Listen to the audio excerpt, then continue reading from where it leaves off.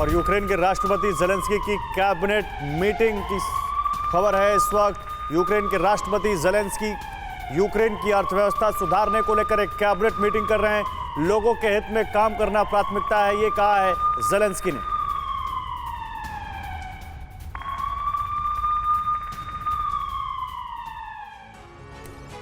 तो रूस Ukraine war के आज 38 दिन हो चुके हैं, लेकिन प्रेसिडेंट वोलोदिमीर पुतिन का प्रण पूरा नहीं हुआ है। लेकिन अचानक ही रूस ने सेना वापसी का फैसला लिया। कीव समेत कई शहरों से रूस ने अपनी आर्मी को वापस बुला लिया है।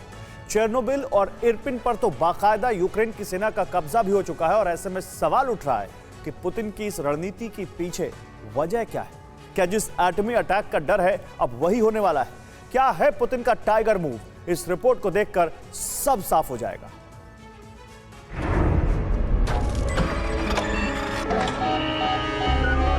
Commander, I regret to inform you that Verdansk has fallen. Containment protocol has been initiated. 3, 2, 1.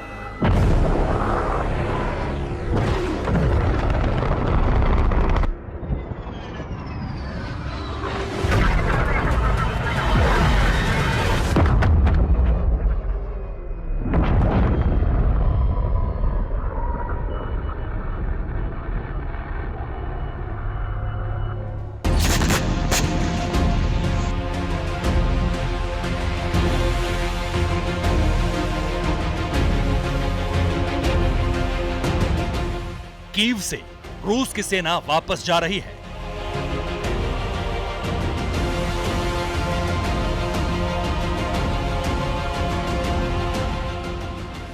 Chernihiv से पुतिन ने सेना को बुलाया।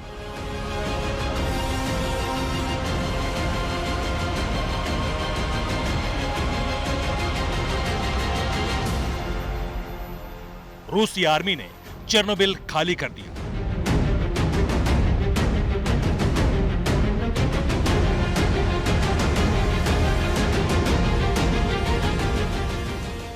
इरपिन भी यूक्रेन की आर्मी के कंट्रोल में आ गया।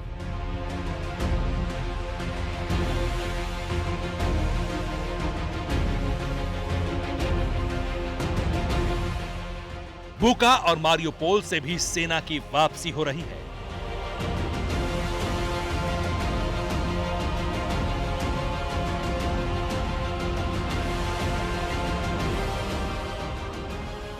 प्रेसिडेंट पुतिन की प्रतिज्ञा की पूर्णता से पहले रूसी आर्मी की यह वापसी घनघोर आशंकाओं में लिपटी हुई है।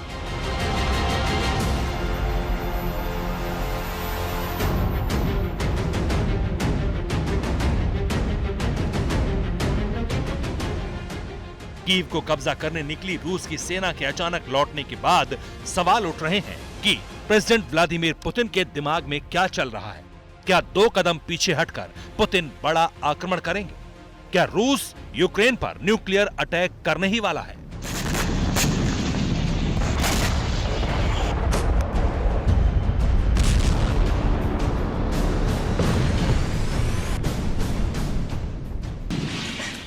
जिस परमाणु प्रहार की बारूदी भविष्यवाणी की जा रही है, जिस जंगी तबाही का अंदेशा है, जिस विध्वंस का डर है, जिस विनाश की आहट बार बार सुनाई पड़ रही है, उसके संकेत मिलने शुरू हो चुके हैं।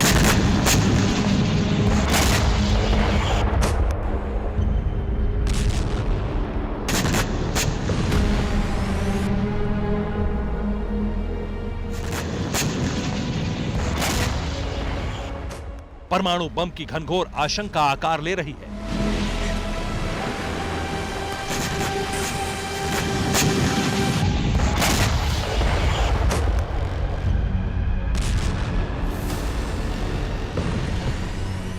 रूस यूक्रेन युद्ध के बीच किसी भी वक्त एटमी युद्ध की शुरुआत की आहट जोर जोर से सुनाई पड़ रही है।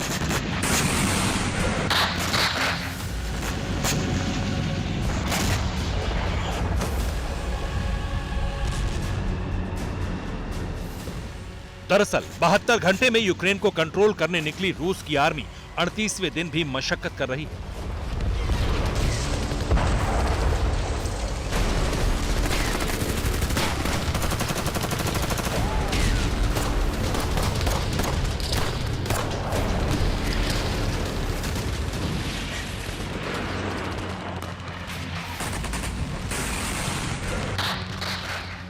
यूक्रेन की सेना जबरदस्त पलटवार कर रही है।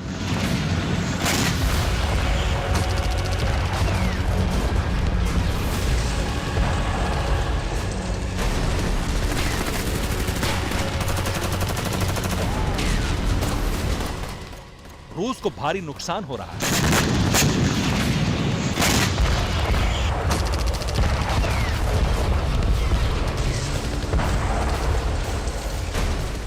ऐसे में अचानक खबर आई कि जिस कीव के पावर सेंटर को कंट्रोल करने के लिए रूस की आर्मी 38 दिनों तक लड़ती रही, उसे वापस बुलाया जा रहा है। रूस ने कीव और उत्तरी शहर चेर्निहिव से अपनी सेना कम करने का ऐलान कर दिया।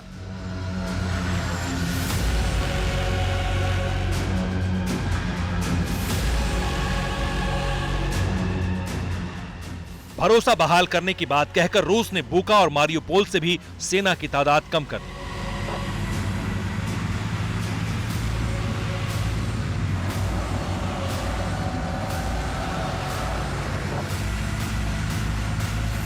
यूक्रेन के चर्चित चेर्नोबिल परमाणु संयंत्र को रूसी सैनिकों ने पूरी तरह खाली कर दिया है।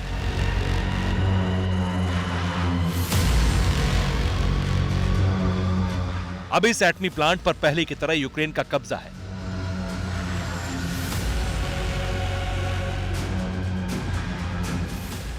यूक्रेन के अधिकारियों ने वहां पर काम शुरू कर दिया है।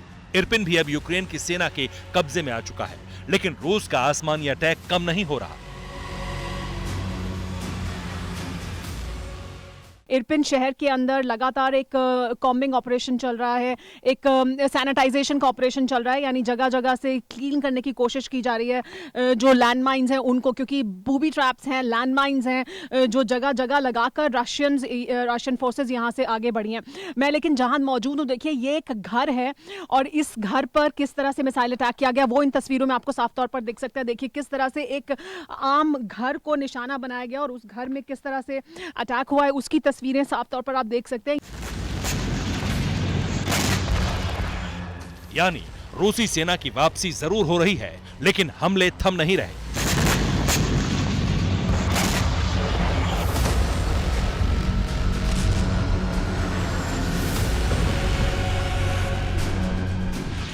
अटैक का आकार बदल चुका है। जानकारों का दावा है कि जमीनी हमले की बजाय अब रूस आसमानी आक्रमण पर फोकस कर रहा है।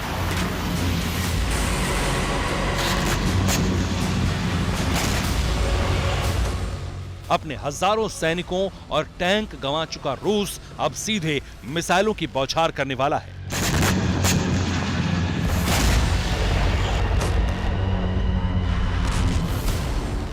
रूसी सेना की हताशा और निराशा के बीच पुतिन आखिरी प्रहार करने की तैयारी में है।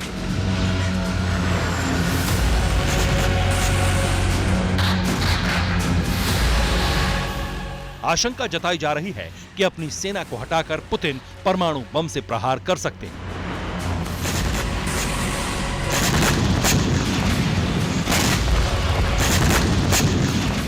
यह आशंका इसलिए भी है क्योंकि सेना को वापस बुलाकर रूस ने ब्लैक सी में सीक्रेट न्यूक्लियर एक्सरसाइज की है।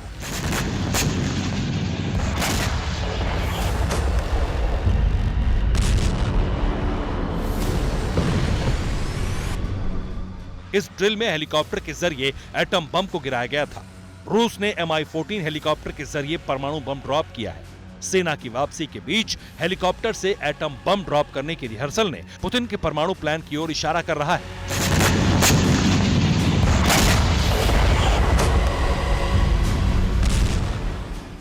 आपको बता दें, एटमी अटैक को लेकर रूस के पूर्व राष्ट्रपति चेता चुके हैं। रूसी राष्ट्रपति पुतिन का हेडक्वार्टर क्रेमलिन संकेत दे चुका है। दबी जुबान में अमेरिका भी एटमी अटैक की आशंका जाहिर कर चुका है। यूक्रेन के राष्ट्रपति भी बड़े हमले की दहशत में हैं।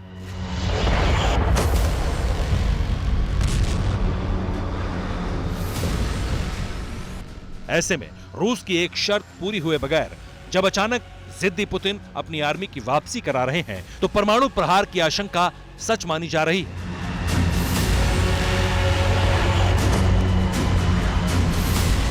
रूस के पास दुनिया में सबसे ज्यादा एटमी हथियार हैं। रिपोर्ट्स के मुताबिक रूस के पास सबसे ज्यादा 6255 एक्टिव परमाणु बम हैं।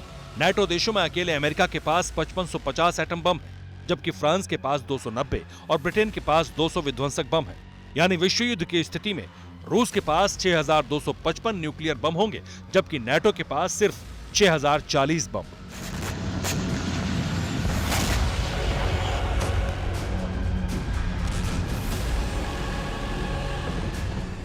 रूस के पास वॉशिंगटन तक अटैक करने वाली मिसाइल भी है। एटमी अटैक को लेकर रूस अपनी स्थिति पहले ही क्लियर कर चुका है। वो बता चुका है कि पहले हमला करने में वो नहीं हिचकेगा।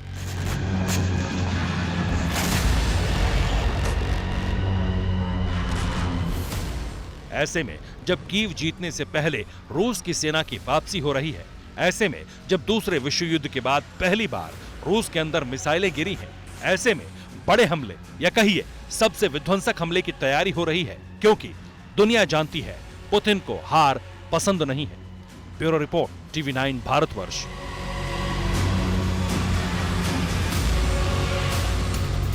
परवाह देश की, सोमवार से शुक्रवार रात 10 बजे TV9 भारतवर्ष पर।